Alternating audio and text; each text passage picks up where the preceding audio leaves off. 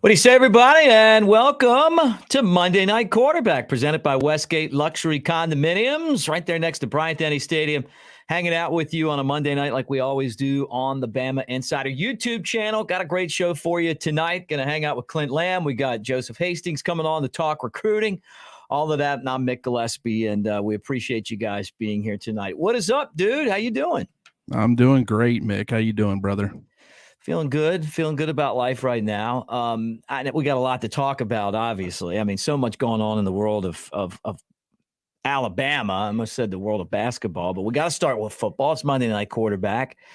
And I don't know, dude. Like, we still don't have coordinators yet, but we got a lot of rumors and maybe a guy from Washington coming out, great season. Someone that, had the Huskies turned around this year, Ryan Grubb.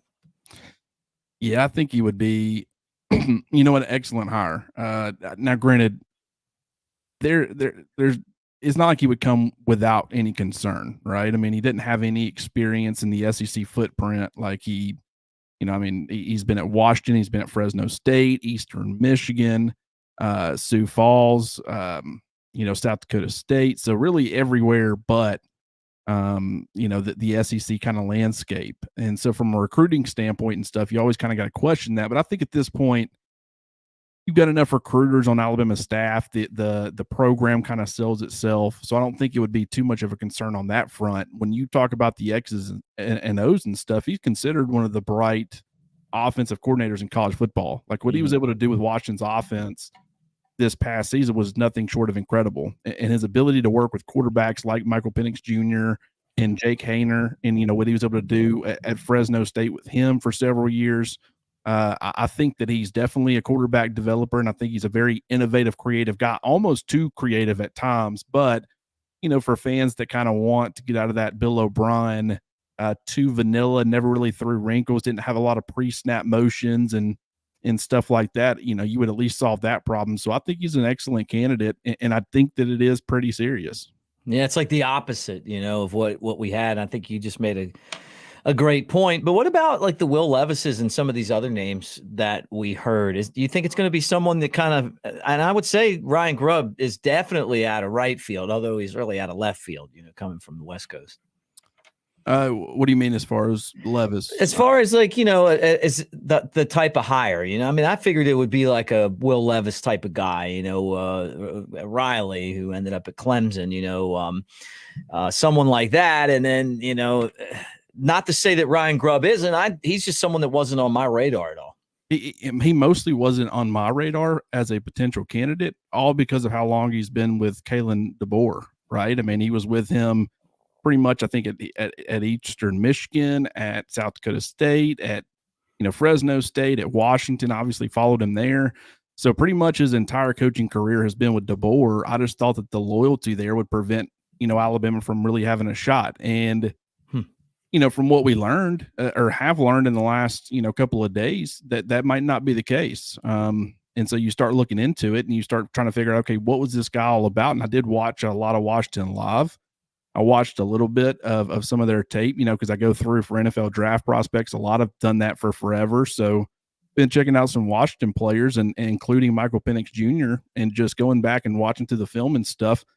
I think with Alabama wanting to get back more to a more balanced offensive approach, I think from that perspective, when you look at a guy like, Grubb, he didn't bring a whole lot of that with Washington. I think he had one of the lowest percent of run plays called in college football, or at least in major college football.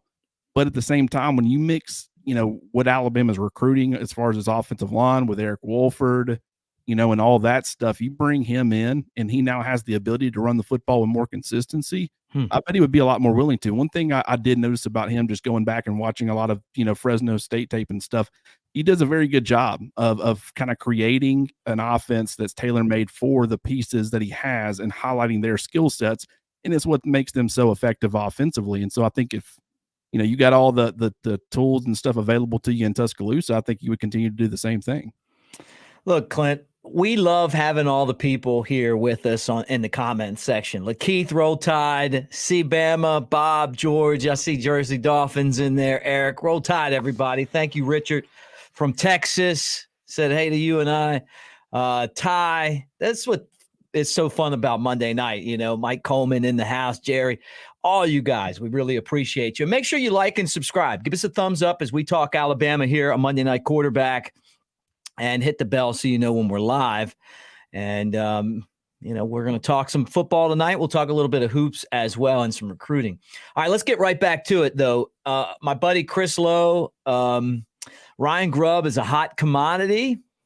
Wow. Look at the the Aggies ended up with a pretty good offensive coordinator, right?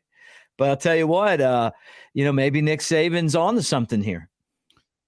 Yeah, and I think that there's so many different directions he could go with the offensive coordinator.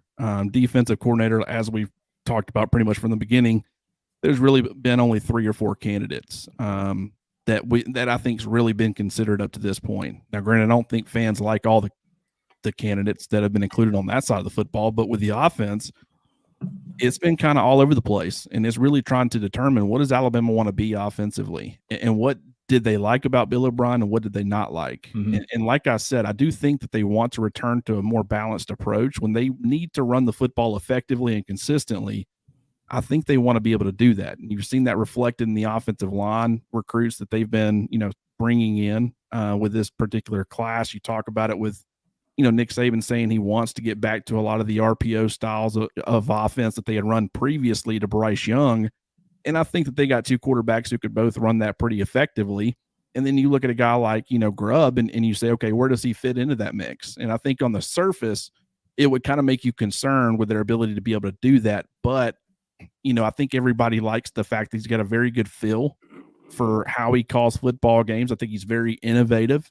You're going to see him put strain on defenses, and he's not really locked into one particular style of offense, right? Like, you're going to see him with, he's going to be running, rollouts, read option, play action. You're going to see some under center, which is something we haven't really seen a ton, right. A lot of empty sets. So I think just his variety in the way that, like I said, he tailor makes the offense to his personnel.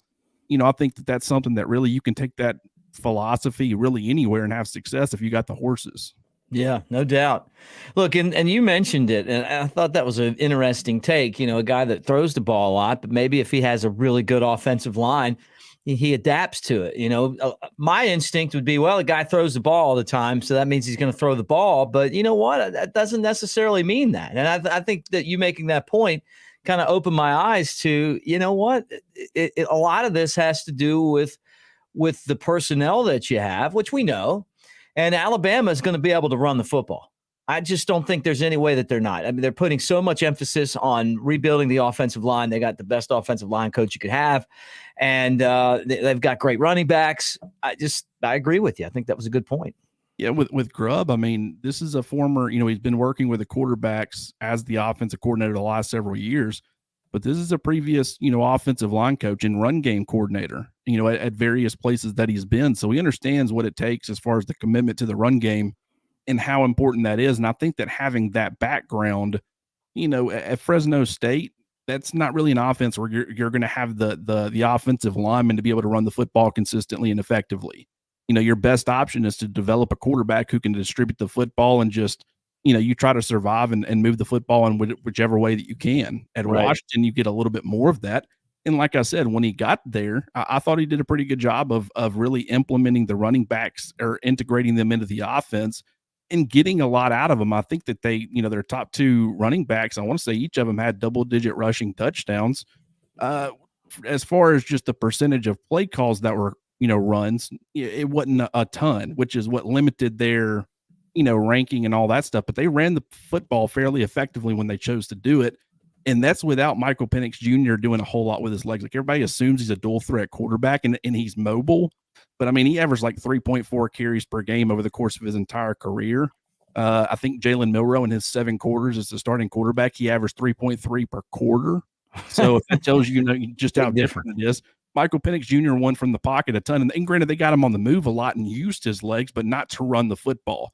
Like, he's not the style of quarterback that's really you're going to ask him to handle volume. And that's why, a lot of people have been comparing Penix Jr. to, Jalen Milroe. I think he's a lot more like Ty Simpson. Yeah. And you kind of lead me to where I want to go next with this. Say he's the guy, right? And Nick Saban says, "Hey, Ryan Grubb, come on down. You're the next contestant on Alabama's offensive coordinator wheel, which always leads guys to the NFL, right?" Um, if he comes, who do you think fits him better? Jalen Milroe, the guy who runs the ball, maybe doesn't throw it effectively, or Ty Simpson, who we really haven't seen that much, but we we pretty much have the idea that this guy can really sling it. Well, here's the thing about, Grubb. It's like I said, I mean, he can really kind of work the offense to suit the strengths of, whoever his quarterback is or whoever his top playmakers are on offense. But when you talk about what he did well at Washington, I think that would fit a lot more Ty Simpson. Because really with Jalen Milroe, you just didn't see him be very effective throwing the football outside the numbers. As you can see there with Penix Jr., I mean, he got a lot of plays designed where he was able to throw the football outside the numbers, both, from the 10-yard range and 20 plus. And he was very effective doing that. And so that's a huge part of the offense. They're going to take vertical shots. I think Simpson, he's got good mobility, but he's able to create off script. He can throw off platform. We've got good processing skills. So I think that he would be very effective in Grubb's offense, but I also think that Milroe, with his skill set and stuff, you would have to have a different type of offense, a little bit different, but I think that he could also call some things to be very effective with him as well. Yeah, good point. Do you think that he'll come take the job if Nick Saban puts his girlfriend through law school? Wasn't that something? How do you like that transition, by the way? First of all, when I saw the quote, I thought that it was like one of those fake quotes that go around on Facebook all the time. Well, hold on, let me just clue everyone in if you don't know this already before we even go there. Nick Saban apparently, one of the players that left wanted to have $500,000 and their girlfriend go to law school for free to stay at Alabama, and Nick Saban told him to hit the bricks. Anyway, Clint, pick it up. And there was another player or a high school recruit, a highly touted cornerback, according to Nick Saban, that was asking for $800,000 or something. And Nick Saban's like, I mean, you haven't done anything to deserve that. So no, I mean, I'm not going to give that to you. You can go find somewhere else to play.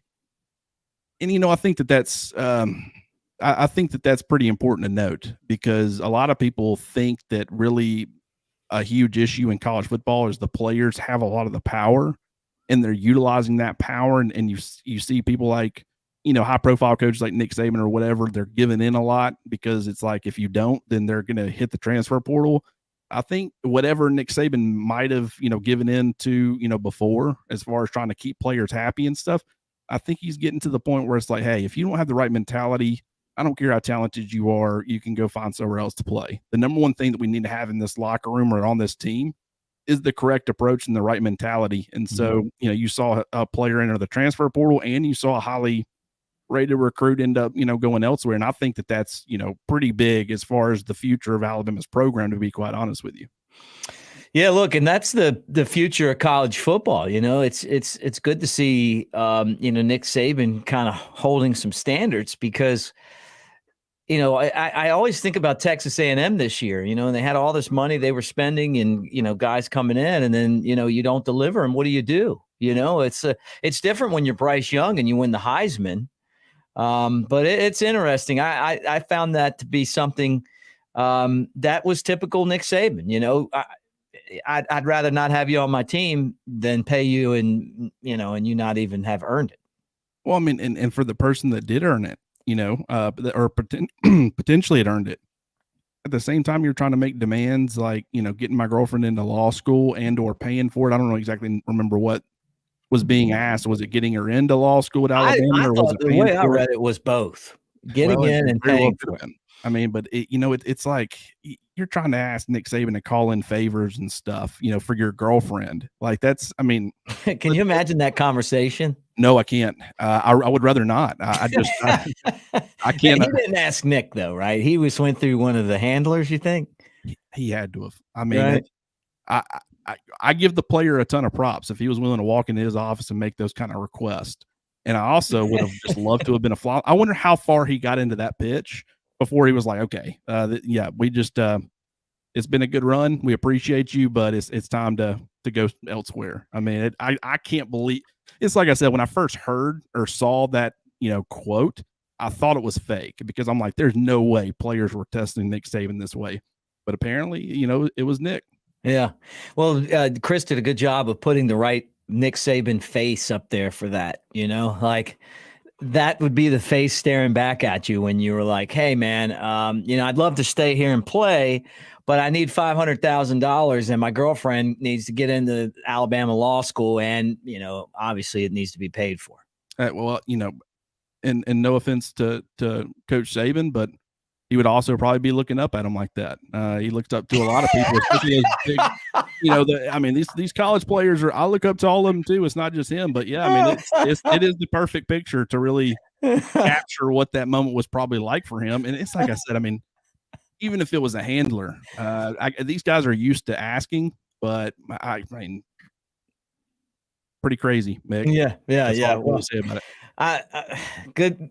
Good stuff from Nick Saban. And look, before we talk about the Super Bowl, guys, if you're having a good time on the show tonight, please give us a thumbs up, man. It's a way of saying roll tide. Hit the bell so you know when we're live.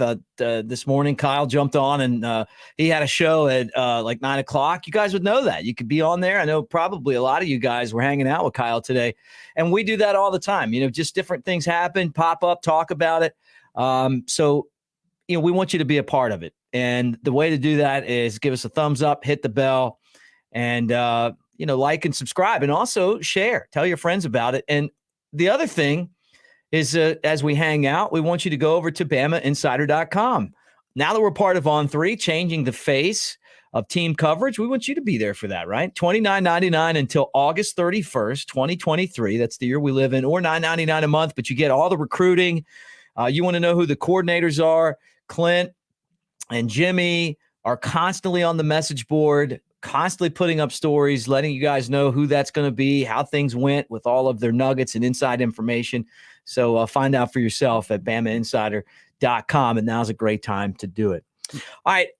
Yesterday, we got the opportunity to see an Alabama quarterback go to the Super Bowl for the first time since Snake Stabler, a guy that I used to work with at Crimson Tide Sports Network, a hero, guy that I actually had beers with at Innisfree. And unfortunately, we lost Snake a while ago. So it's been a while since, Snake was alive and a legend. Before that, another legend, Joe Willie Namath, right? Broadway Joe. Before that, Bart Starr. Signed my first ever show I did at college radio at Alabama. My first guest, the first one to say yes was Bart Starr, and he won Super Bowl 1 and 2. It's been a long time, and now all of a sudden Jalen Hurts is becoming a legend. I mean, look, he's one of the best players in the NFL all of a sudden. Mick, you're not allowed to say former Alabama quarterback. That's a former Oklahoma quarterback, right? I saw you on Twitter getting into it with people. I don't understand it. Like, is it or is it not a true statement? Is he a former Alabama quarterback? Did he play football at the University of Alabama? I mean, and not only that, it goes beyond like an Alvin Kamara or a Joe Burrow or a Cam Newton, in the sense that Jalen Hurts was the starter.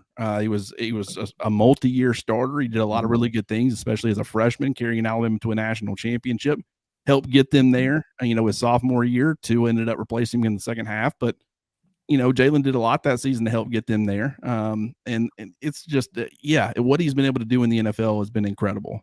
And the reason, and I put this on Twitter, the reason that Alabama fans have never gotten away from supporting Jalen, even when he decided to transfer, a lot of love, a lot of support from Alabama fans was because, of his mentality and his approach. He, perfectly represents everything that Nick Saban wants the Alabama program to be, or has built it to be.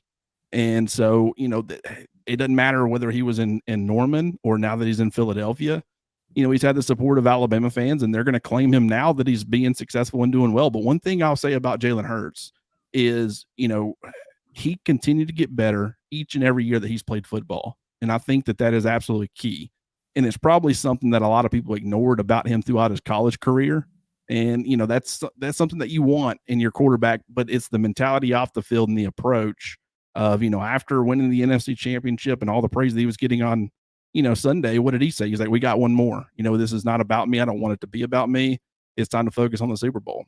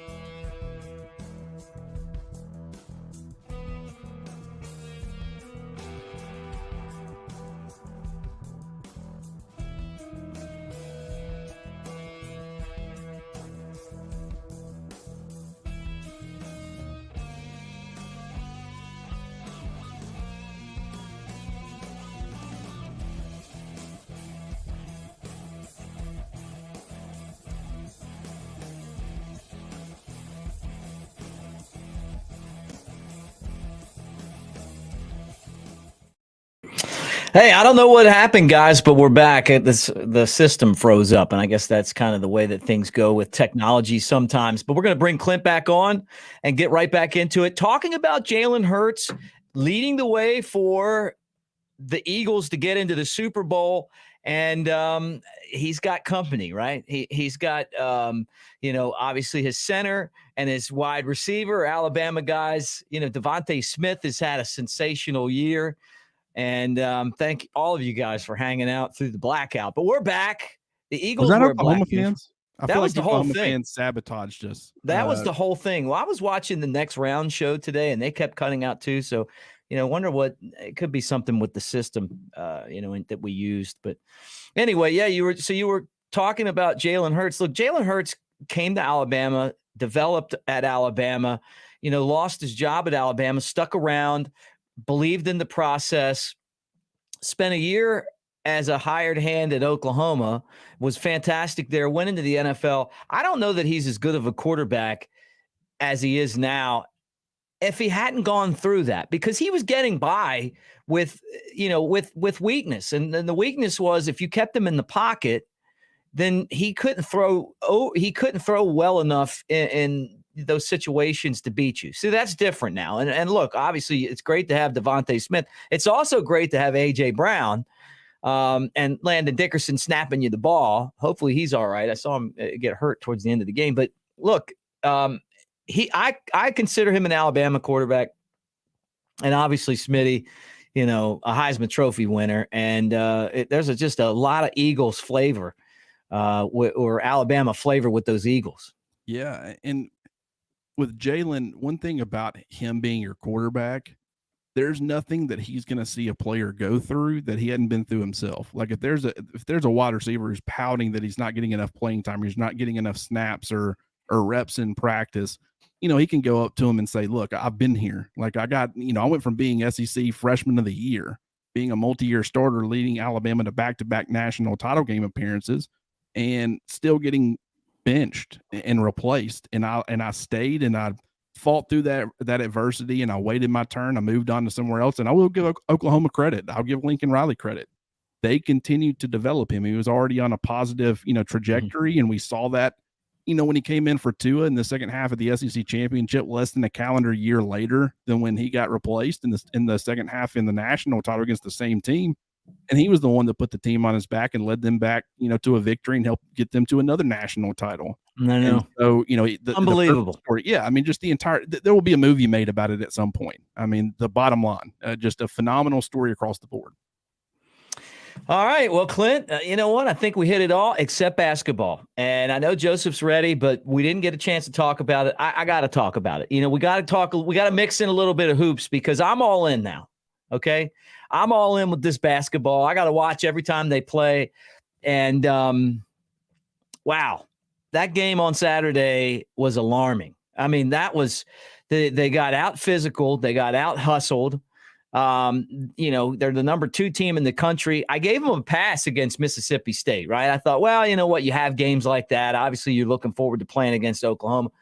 I'm worried, I'm worried. And I know, with everything that they've had to deal with off the field, right? I mean, there's a lot of, think about us from the outside looking in, have a tough time dealing with that whole situation. They're in the middle of it, obviously.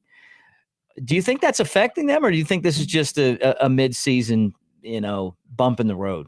I think it's a young team. It's still a team that, really from the jump. I mean, they've continued to get more and more praise and hype, and they've climbed the rankings. And you've got 3 true freshmen who are, starting or seeing significant minutes. And it's just, I think they started to feel a little bit invincible. And when you start feeling that way, against Mississippi State, the one thing about it, they didn't lose. Like they still found a way to come back and win. So even though it was a lackluster performance and there were some concerns, I think there was kind of this mentality of, hey, we're still Alabama. We're still going to figure out a way to get this stuff done.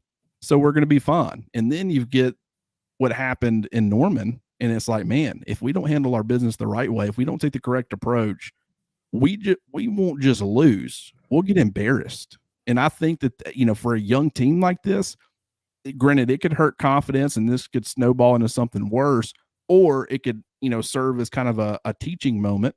And Nate Oates can really, refocus the group and say, hey, we got to keep going to work every single day. What we do or did in November and December and January means nothing. We need to be peaking at the right time, and we've got the young talent to be able to do that.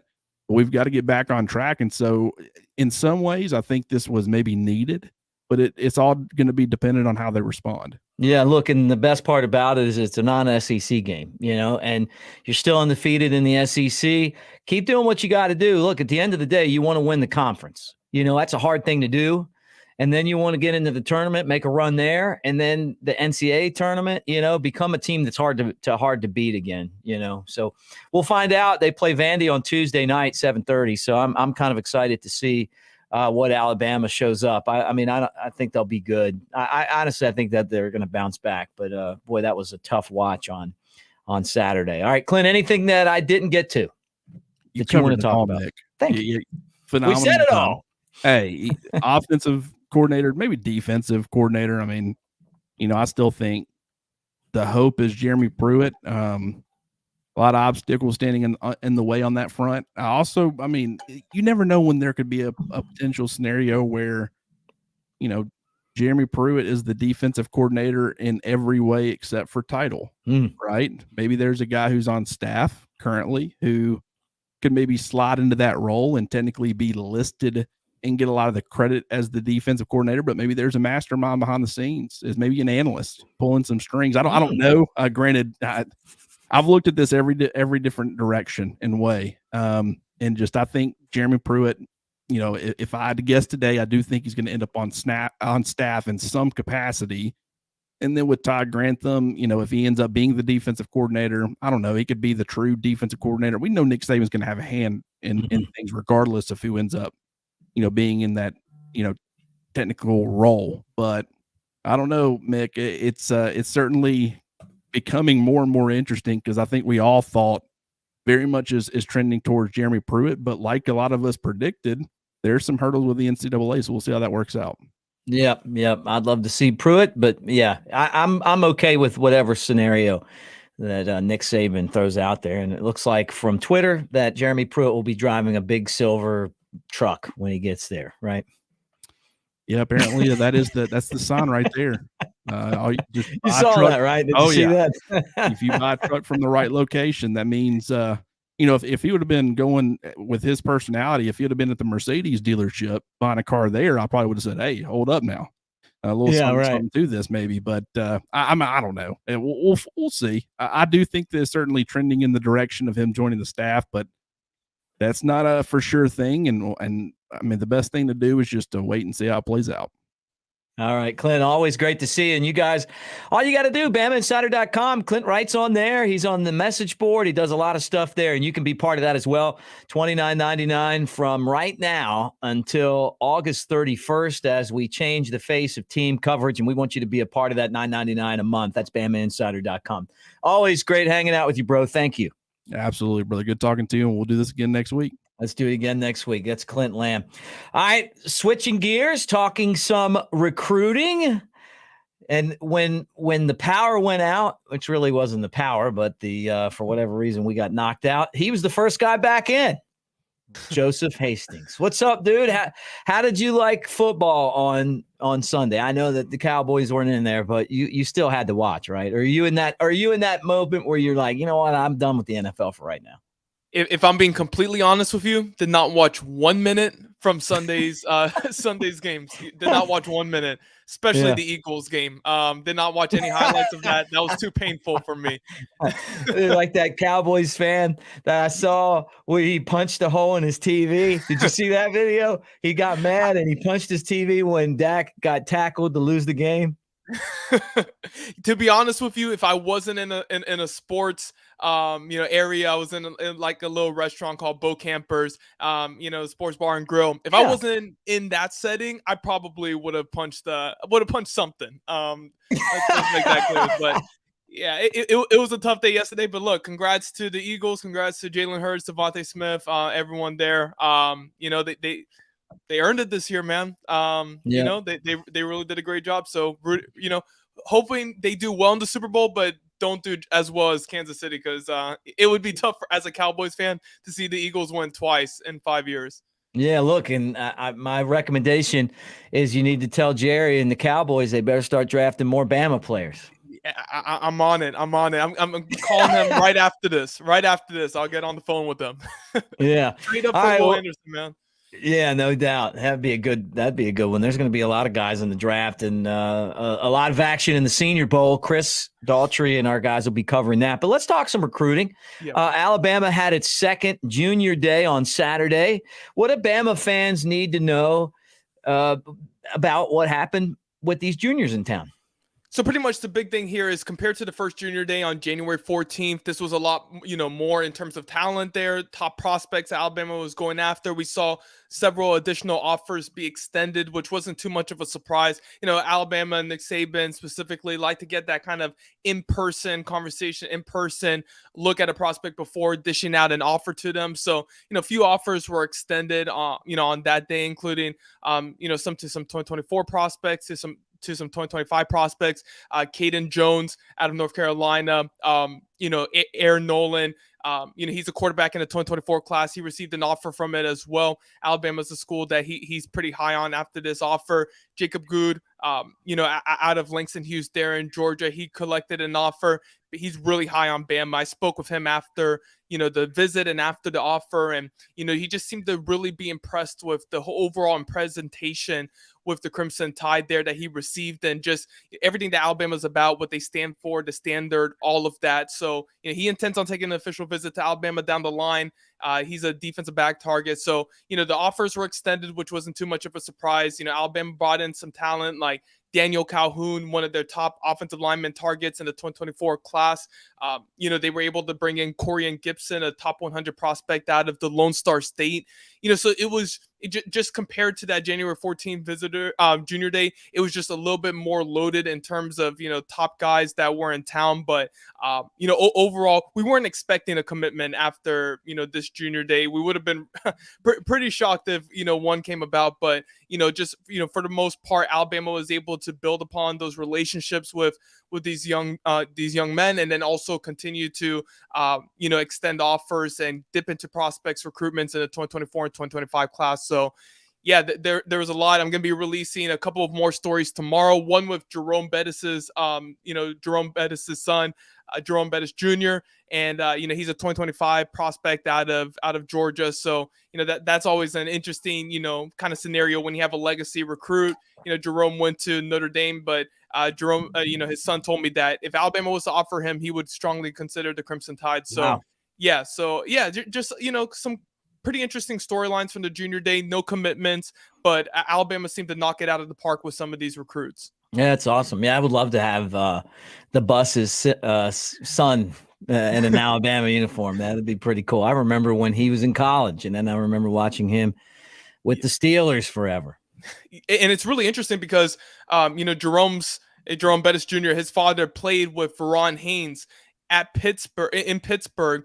And if you all remember, Veron Haynes is the father of Alabama running back signee Justice Haynes. So, Jerome Bettis Jr., Justice Haynes, they have a little bit of a connection there. So, look, we're getting a little bit ahead of ourselves. Alabama hasn't offered yet, but, Bettis Jr. has collected some major Power 5 offers recently, one of them being from Arkansas.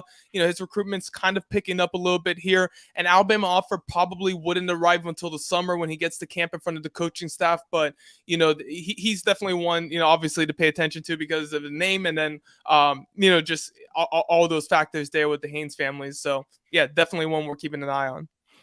Love hanging out with you guys on the Bama Insider YouTube channel. Show's brought to you by Westgate Luxury Condominiums, right there next to Bryant-Denny Stadium. The oversized balconies, 1 to 5 bedroom units that go from 900 to 3,000 square feet. The Wolf and Sub-Zero kitchens. You got the great parking, the Skygate Club on the roof. You could literally throw a hot dog from the concession stands at Bryant-Denny on to where we normally set up for our post-game show, on the roof over there at the Skygate Club. And you're right by the Walk of Champions. You can see Denny Chimes, campus, the strip, all that stuff. Find out for yourself, westgateal.com. And maybe next time you're coming to town, hey, you know what? Airbnb, they're available. Check them out. I'm telling you, you won't be disappointed. All right, look, we talked about it with Clint a little bit, the fact that the coordinator jobs are open. Mm-hmm. How's this affecting recruiting for Alabama?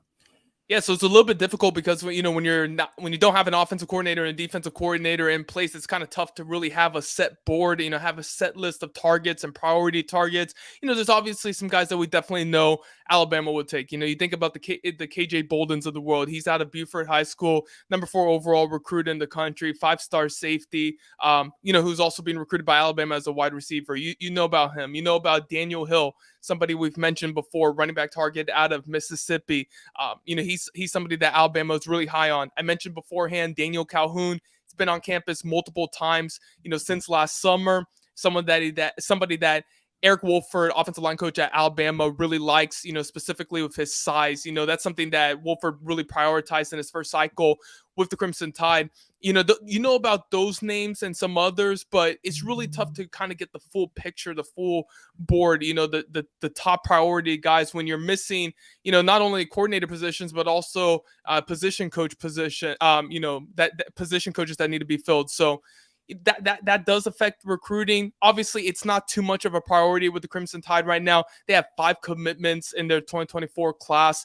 Julian Sayin, Jalen Mbakwe, Martavius Collins, Perry Thompson. And you think about the group that they've been able to put together there. Sterling Dixon as well. He joined the class most recently in December. You think about that group that they put together and the fact that this time last year, I believe it was only 1 commitment for the Crimson Tide in 2023 class, and that was Elliott Washington. So they're a little bit ahead of schedule, a little bit ahead of where they were last year in terms of filling out the class. So, I don't think the fact that they don't have these defensive coordinator and offensive coordinator positions filled out just yet is negatively hurting them too much in recruiting, but it is something that they obviously want to get done. Fans are anxious about it. Recruits are obviously anxious about it too, interested in seeing the reaction from some of those commits to what they think about, like Julian saying what he thinks about the new offensive coordinator, Jalen Mbakwe, Sterling Dixon, what do they think about the new defensive coordinator? So that will be kind of interesting to see, but yeah, it's not really hurting Alabama too much. They have the number 1 2024 class,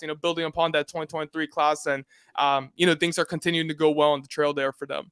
Yeah, you talked about Julian Sayin, and I mean, he's kind of impressing people right now. Yes, He really is. And you talk about Julian Sain, and you think about somebody who he's locked in with Alabama. He committed pretty early on. And for me, that's a big thing. When you're talking about building a recruiting class, you want to get your quarterback in the mix early on, because they're just somebody that, think about wide receivers, running backs, offensive linemen. You can kind of pitch it to them. Hey, you'll be able to, catch passes from Julian Sain. You'll be able to protect Julian Sain. Protect one of the top premier quarterback prospects in the 2024 class. You can use that as a recruiting pitch, and you also have him recruiting several Alabama targets. I spoke with him, at the Battle Miami camp in South Florida, a couple weekends ago, and he talked about recruiting Aaron Hampton, a 4-star wide receiver target for Alabama. He talked about recruiting a couple of additional guys like Ellis Robinson, who's committing soon, and KJ Bolden. So it's always good to have the quarterback commit in there, and also he's a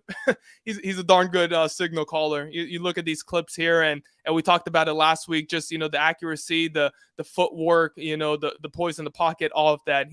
It's a really good addition for Alabama, and they're glad to be keeping him in the fold.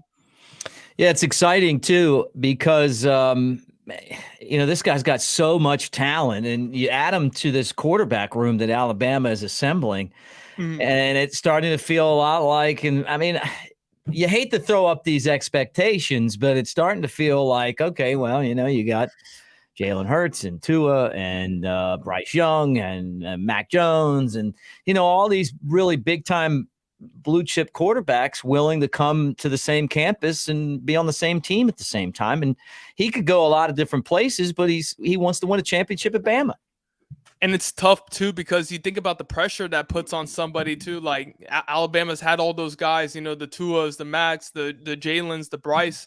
You want to be able to continue that line and continue that tradition there that's being established at Alabama, which wasn't always the case beforehand. In terms of producing top quarterbacks to the NFL and then being starters in the league and being cornerstone pieces for their franchises. You want to be able to do that. You want to be able to have that success, at Bama. And I think Julian has that right mentality. He is somebody who isn't scared of the competition. That they in front of him at Alabama in terms of years wise, it would be Eli Holstein and Dylan Lonergan, 2 quarterback signings in the 2023 class. He's fine with that. That wasn't something that impacted his decision. He committed after those 2 were already in the 2023 class. So I think he has, the right mindset that you're looking for from an Alabama quarterback. Obviously the comparisons to Bryce Young are going to be there. He's from the West Coast. He's from California. He's a little bit bigger in person than I initially had thought, because we had him listed at 6'1". So I thought he was going to be in the Bryce Young height range, but I've seen Bryce in person and Julian in person, and Julian's definitely taller than Bryce was, and I'd seen Bryce after prior to this season. So yeah, I think the comparisons, you can definitely see them. I think Bryce is just a little bit more of a Houdini, make a little bit more magic. Right. I just so many. It's too tough to really compare anyone to Bryce Young with what he can do, scrambling outside of the pocket and making plays when plays break down. But Julian, once again, has that right mentality. He has the skill set. I think he'll enjoy a pretty successful career at Alabama. Yeah, and look, that sounds good, and going to be exciting to see. He's a big guy. It looks like he's got a really thick athletic frame too. Yes. Just from that, and you saying that he's 6'1". I mean, by the time he gets to Bama, he'll probably be like 6'4". He looked 6'2" or 6'3" to me, and with cleats on in person, he definitely looked taller than 6'1". I can definitely say that. Just in terms of the height there, and he was able to see the field with that height as well. I think that this is somebody that Alabama fans should be really excited about, just because of the intangibles, the footwork, that leadership type of mentality. He kind of seems to be somebody that people gravitate to. I got a text from a 7-on-7 coach telling me that people wanted to join that 7-on-7 team. Some top players wanted to join that 7-on-7 team because of Julian. So when you think about that, factor everything together, you see the high ranking on the On3 consensus, number 4 quarterback in the country. Look, Mick, that's not easy to do. There's nearly a million high school football players out there in the country, and this young man's in that 20, 30 range, 40 range, depending on what ranking service you look at. Just somebody that, once again, Alabama fans should be really happy about. Yeah, and the final thing, as we head towards the dead period, is there anything that we need to know? What are we looking at right here? Because we're about to get into that time where there's not a lot of contact. Yeah, it's pretty important time actually when you think about, coaching staffs being able to look over, some of the film from last season, reevaluate it, see, okay, maybe this person, we missed them initially, let's put them on our radar. So I wouldn't be surprised if you see some offers extended out, even though coaches aren't able to hit the road like they were able to do in January. Obviously with the dead period lasting throughout February, coaches are not going to be able to host prospects on campus for visits. Prospects won't be able to see them at their schools. That's the kind of thing that happens during a dead period, but a lot can be accomplished in terms of, reevaluations. Communication's still going to continue throughout. That doesn't necessarily stop with a dead period. In-person contact stops, but not over the phone and things of that nature. So, would I be surprised if Alabama gets a commitment in February? Probably. I'm not expecting Ellis Robinson, the 5-star out of IMG Academy, to commit to the Crimson Tide on February 1st. But, I wouldn't be surprised either. This is a really interesting time in recruiting when, spring practice is ahead. So some prospects may feel the desire to wrap up their recruitments now and then focus on their spring practice with the option to still take visits later down the line and reevaluate their decisions. Sometimes you see that, you see the urgency to kind of make a decision, even though you're committed, it's like that school is the top school for you. You're just letting people know that's the top school for you, but you're still kind of open. You're still willing to take some visits, open to other options. So yeah, I would be a little bit surprised. Maybe Bama gets another 2025 commit in the fold. Who knows? They've been able to have such success on the recruiting trail recently. I don't think you can put anything past them, but yeah, for the most part, you'll probably see some new offers. We'll continue to update you all on the pursuit of Alabama's top guys, but I wouldn't expect anything too crazy in February. All right, well, cool. And then tomorrow morning, 9 a.m., Andrew Bone and I will get together for the Andrew Bone show. So we'll kind of follow up more recruiting stuff. You guys kill it, man. And for everyone that is hanging out right now and part of what we do here on the YouTube channel, you need to slide over and catch these guys on BamaInsider.com. You're constantly putting up stuff there, Joseph. Yes, it's very exciting just being able to have the opportunity to talk to, some of the top prospects in the country at the events that, I'm able to go to.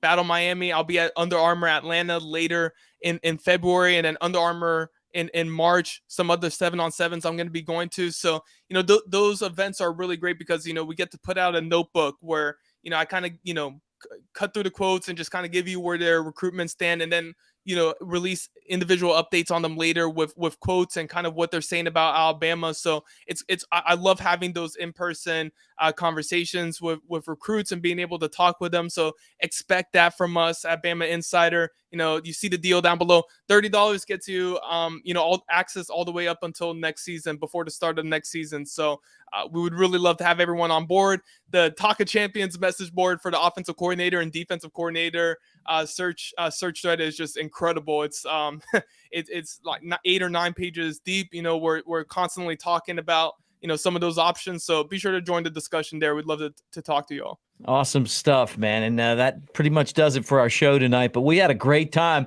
putting this thing together. And again, $29.99 until August 31st. Or $9.99 a month at BamaInsider.com. And guys, as you hung out with us tonight, and we hope that you'll continue to do so tomorrow at 9 a.m., the Andrew Bone Show. Like, subscribe, hit the bell so you know when we're live. Share with your friends, and give us a thumbs up, man. That's a way of saying Roll Tide as we do this. And look, we bounced off, but we bounced back. We had a great show.